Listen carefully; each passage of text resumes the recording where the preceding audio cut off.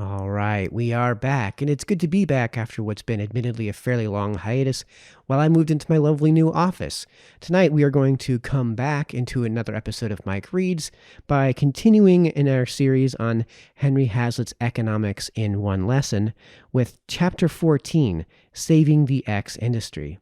As I've mentioned throughout the course of this series, we are doing this series as a parallel read with Thomas Sowell's Economic Facts and Fallacies, so I'll put a link in this video's description to that series so you can follow along there as well. As I've also mentioned throughout the course of this series, at the end of each read, we will be doing an analysis and review of each read, so I'll put a timestamp in this video's description to that, so you can jump straight to that if that's how you'd like to go about this. Also, before we dive into tonight's read, this is another chapter that Hazlitt has broken up into 4 parts. The parts are simply labeled numerically, and there is no label for part 1, so I'm going to just insert part 1 after the chapter's title. Excuse me. So without further ado, let's dive on into tonight's read with Chapter 14, Saving the X Industry. Part 1. The lobbies of Congress are crowded with representatives of the X industry. The X industry is sick. The X industry is dying. It must be saved. It can be saved only by a tariff, by higher prices, or by a subsidy. If it is allowed to die, workers will be thrown on the streets. Their landlords, grocers, butchers, clothing stores, and local motion pictures will lose business, and depression will spread in ever-widening circles. But if the X industry, by prompt action of Congress, is saved, then it will buy equipment from other industries, more men will be employed, they will give more business to the butchers, bakers, and neon light makers, and then it is prosperity that will spread in ever-widening circles. It is obvious that this is merely a generalized form of the case we have just been considering. There, the X industry was agriculture, but there is an endless number of X industries. 2 of the most notable examples have been the coal and silver industries. To quote-unquote save silver, Congress did immense harm. One of the arguments for the rescue plan was that it would help quote-unquote the East. One of its actual results was to cause deflation in China, which had been on a silver basis, and to force China off that basis. The United States Treasury was compelled to acquire, at ridiculous prices far above the market level, hordes of unnecessary silver and to store it in vaults. The essential political aims of the quote-unquote silver senators could have been as well achieved at a fraction of the harm and cost by the payment of a frank subsidy to the mine owners or to their workers. But Congress and the country would never have approved a naked steal of this sort accompanied by the ideological flim-flam regarding, quote, silver's essential role in the national currency, end quote. To save the coal industry, Congress passed the Guffey Act, under which the owners of coal mines were not only permitted, but compelled to conspire together not to sell below certain minimum prices fixed by the government. Though Congress had started out to fix the price of coal, the government soon found itself, because of different sizes, thousands of mines, and shipments to thousands of different destinations by rail, truck, ship, and barge, fixing 350,000 separate prices for coal. One effect of this attempt to keep coal prices above the competitive market level was to accelerate the tendency toward the subsidization by consumers of other sources of power or heat, such as oil, natural gas, and hydroelectricity. Today we find the government trying to force conversion from oil consumption back to coal. Part 2. Our aim here is not to trace all the results that followed historically from efforts to save particular industries, but to trace a few of the chief results that must necessarily follow from efforts to save an industry. It may be argued that a given industry must be created or preserved for military reasons. It may be argued that a given industry is being ruined by taxes or wage rates disproportionate to those of other industries, or that, if a public utility, it is being forced to operate at rates or charges to the public that do not permit an adequate profit margin. Such arguments may or may not be justified in a particular case. We are not concerned with them here. We are only concerned with a single argument for saving the X industry. that if it is allowed to shrink in size or perish through the forces of free competition, always called by spokesmen for the industry in such cases laissez-faire, anarchic, cutthroat, dog-eat-dog, law of the jungle competition, it will pull down the general economy with it, and that if it is artificially kept alive, it will help everybody else. What we're talking about here is nothing else but a generalized case of the argument put forward for parity prices for farm products or for tariff protection for any number of X industries. The argument against artificially higher prices applies, of course, not only to farm products, but to any product, just as the reasons we have found for opposing tariff protection for one industry apply to any other. But there are always any number of schemes for saving X industries. There are two main types of such proposals in addition to those we have already considered, and we shall take a brief glance at them. One is to contend that the X industry is already quote-unquote overcrowded, and to try to prevent other firms or workers from getting into it. The other is to argue that the X industry needs to be supported by a direct subsidy from the government. Now, if the X industry is really overcrowded as compared with other industries, it will not need any coercive legislation to keep out new capital or new workers. New capital does not rush into industries that are obviously dying. Investors do not eagerly seek the industries that present the highest risk of loss combined with the lowest returns. Nor do workers, when they have any better alternative, go into industries where the wages are lowest and the prospects for steady employment least promising. If new capital and labor are forcibly kept out of the X industry, however, either by monopolies, cartels, union policy, or legislation, it deprives this capital and labor of liberty of choice. It forces investors to place their money where the returns seem less promising to them than in the X industry. It forces workers into industries with even lower wages and prospects than they could find in the allegedly sick X industry. It means, in short, that both capital and labor are less efficiently employed than they would be if they were permitted to make their own free choices. It means, therefore, a lowering of production which must reflect itself in a lower average living standard. That lower living standard will be brought about either by lower average money wages than would otherwise prevail, or by higher average living costs, or by a combination of both. The exact result will depend upon the accompanying monetary policy. By these restrictive policies, wages and capital returns might indeed be kept higher than otherwise within the X industry itself, but wages and capital returns in other industries would be forced down lower than otherwise. The X industry would benefit only at the expense of the A, B, and C industries. Part 3. Similar results would follow any attempt to save the X industry by a direct subsidy out of the public till. This would be nothing more than a transfer of wealth or income to the X industry. The taxpayers would lose precisely as much as the people in the X industry gained. The great advantage of a subsidy, indeed, from the standpoint of the public, is that it makes this fact so clear. There is far less opportunity for the intentional obfuscation that accompanies arguments for tariffs, minimum price fixing, or monopolistic exclusion. It is obvious in the case of a subsidy that the taxpayers must lose precisely as much as the X industry gains. It should be equally clear that, as a consequence, other industries must lose what the X industry gains. They must pay part of the taxes that are used to support the X industry. And customers, because they are taxed to support the X industry, will have that much less income left with which to buy other things. The result must be that other industries, on the average, must be smaller than otherwise in order that the X industry may be larger. But the result of this subsidy is not merely that there has been a transfer of wealth or income, or that other industries have shrunk in the aggregate as much as the X industry has expanded. The result is also, and this is where the net loss comes into the nation considered as a unit, that capital and labor are driven out of the industries in which they are more efficiently employed to be diverted into an industry in which they are less efficiently employed. Less wealth is created. The average standard of living is lowered compared with what it would have been. Part 4. These results are virtually inherent, in fact, in the very arguments put forward to subsidize the X industry. The X industry is shrinking or dying by the contention of its friends. Why, it may be asked, should it be kept alive by artificial respiration?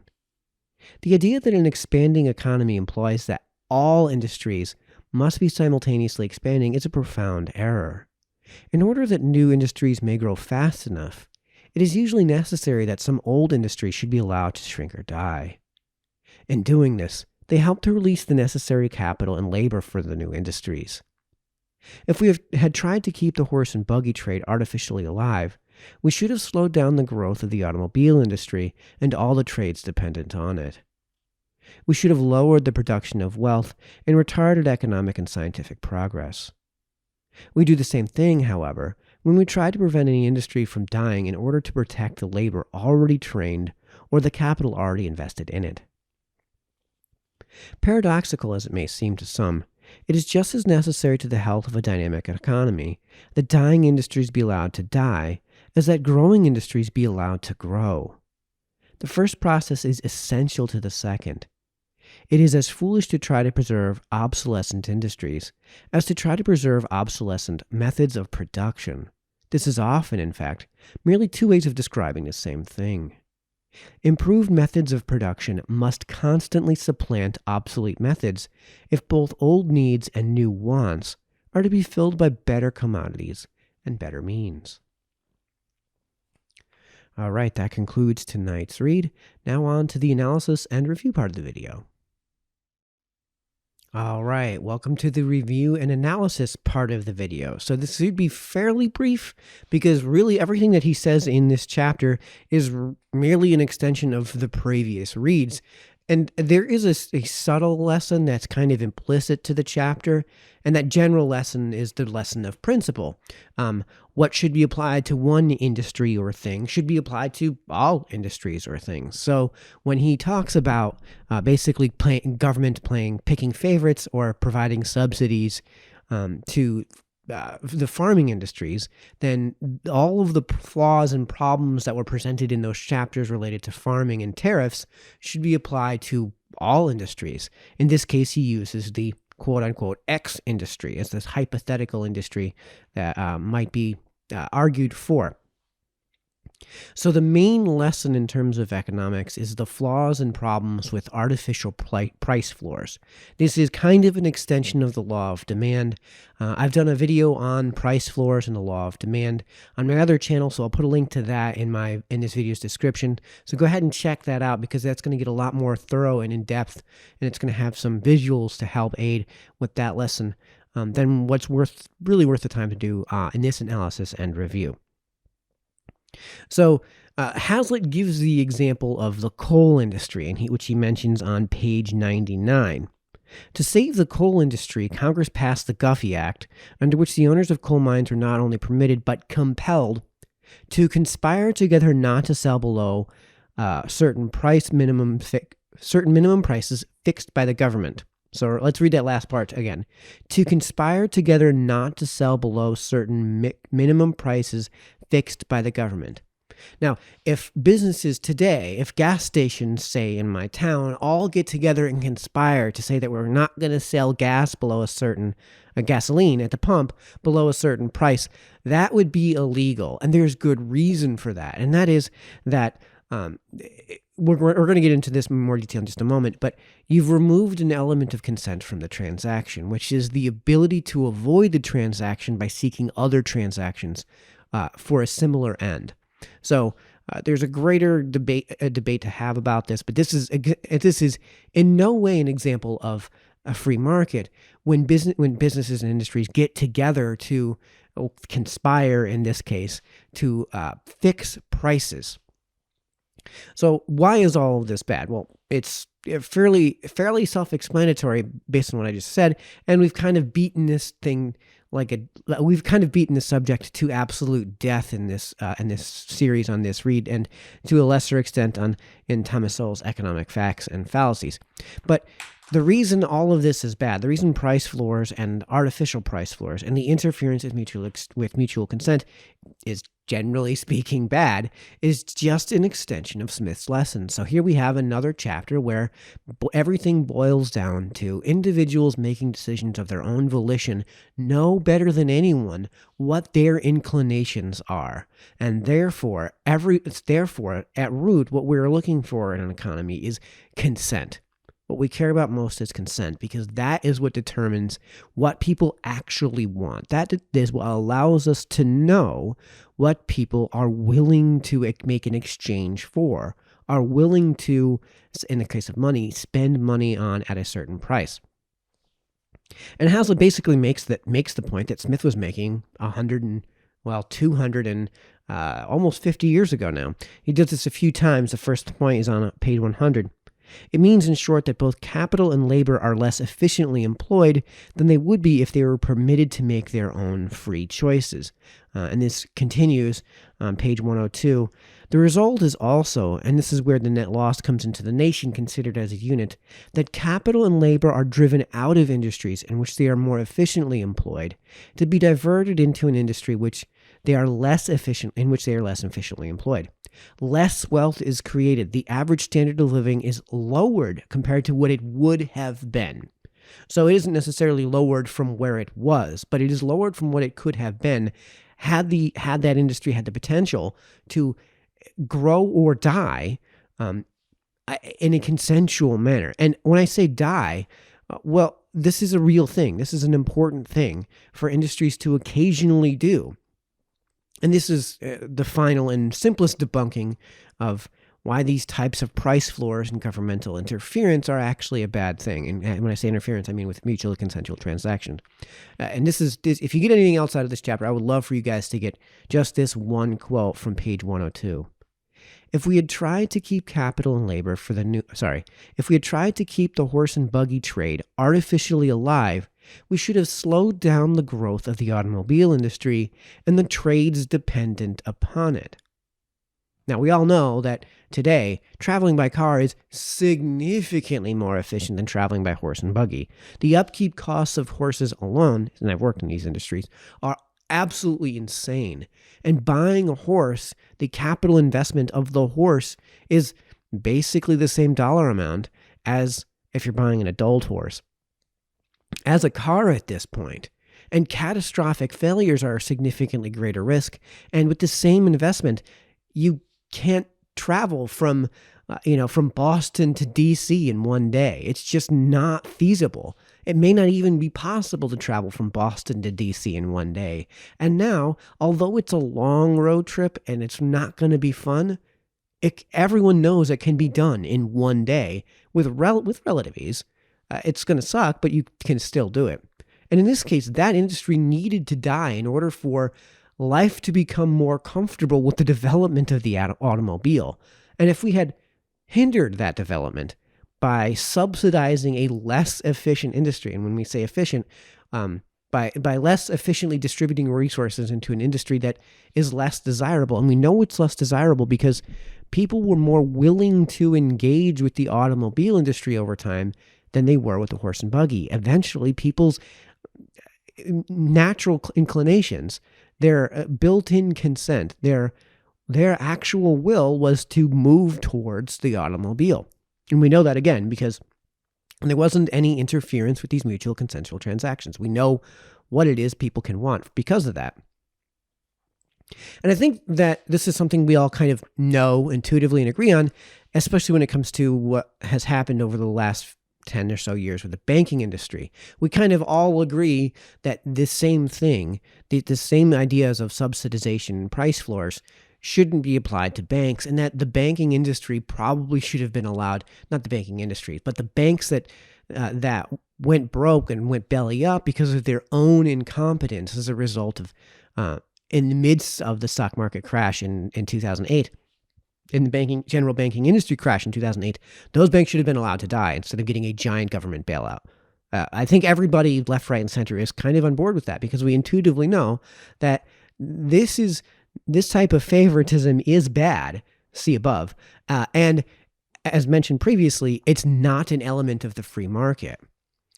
We talked about farming. This could also, Hazlitt talked about in previous chapters how this concept applies to farming, but we could also apply that to anything else, including banking, like we've mentioned, farming, electrical generation.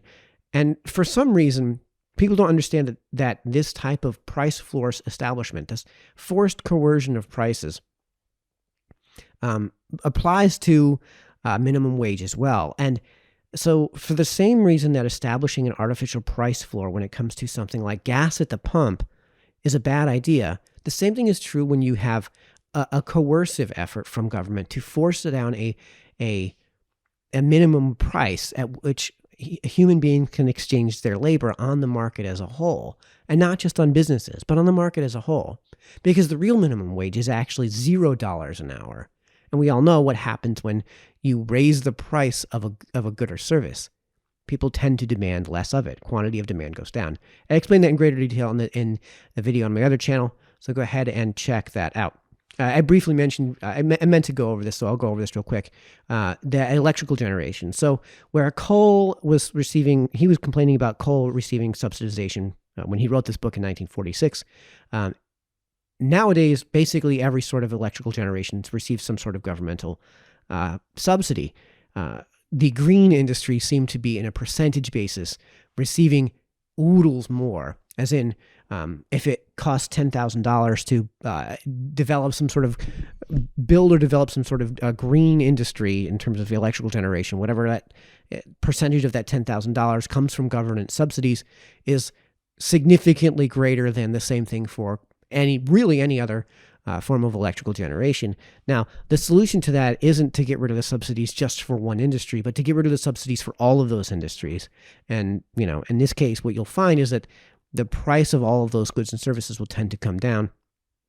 And as a result, what we will find is those industries that will proliferate are the ones that consumers actually desire. And if there is a demand for green energy, if there is an intrinsic demand in human beings to, say, have electrical generation from sources that, in the short run at least, produce less carbon dioxide, then that is where they will spend their money. So I wanted to get more into depth and detail on minimum wage discussion, but I think it should be fairly self-evident, and I think it's actually kind of poignant at this time that this read happens to be the read that we had, that this chapter happens to be the chapter that we read. There's a brief aside here before we wrap up. We're getting a little bit long in the tooth. This is getting a little too long, so we're going to wrap this up as quickly as I can. There's a brief aside on a few other topics on page 100 when he mentioned, now if the X industry is really overcrowded as compared with other industries, it will not need any coercive legislation to keep out new capital or new workers. New capital does not rush into industries that are obviously dying. So this is what he's actually referring to is not only an industry that's dying, but a market that's saturated. We don't have time to really get into what market saturation is, but there are certain industries where there are so many companies, there is so much competition in this market that there really isn't room for another company to come in using the already existing methods without having some sort of major technological advantage. We know that the flip side of that coin is the first mover advantage. So if there's an industry that doesn't exist and you're the first one in, you have a material advantage because you have a de facto monopoly. Now that monopoly may not last as let's say you're talking about a landscaping company. If you happen to be the only landscaping company in town because you were the first one to move in, you have that advantage. And the material advantage is created by not only having the name recognition already built up, and all the capital built up to handle, and not just the capital in terms of the goods and services, and in terms of the tangible capital, but also in the monetary capital, but also knowing the area, knowing the customer, knowing the clientele, knowing the community at large. Somebody moving into that community is going to have to overcome that first mover advantage. And this is an example of a barrier to entry. So some industries have huge barriers to entry. The energy generation, if you're building a power plant, there's a huge barrier to entry there. And if you add to it the fact that there's a market saturation, what that means is that the potential for gain is going to be much lower. And as a result, banks are going to look at the type of industry you're bringing in and what material competitive advantages you have. And if the industry is dying, if it's the horse and buggy industry, and we're talking about 1941, you're going to have a hard time finding a loan to get into that industry unless you can provide, again, some sort of competitive advantage. But because we have complementary products between the horse and buggy and the automobile in, say, 1941, again, you're going to be hard-pressed to find some sort of competitive advantage over the automobile if you're getting into the horse and buggy industry. So those are the three subjects I wanted to get into as a brief aside, are barriers to entry and market saturation. And then I forget what the last one I just mentioned was, but barriers to entry and market saturation is, and first mover advantage. Sorry, I should have reviewed my notes. So those are the three other topics that you guys can look into that he brings up. Again, that quote on page 100 is a reference to those three topics. I don't have time really to get into that here. So that's been the analysis and review for Chapter 14. We will continue in this series with Chapter 15, how the price system works. So until then, this has been Mike, signing off.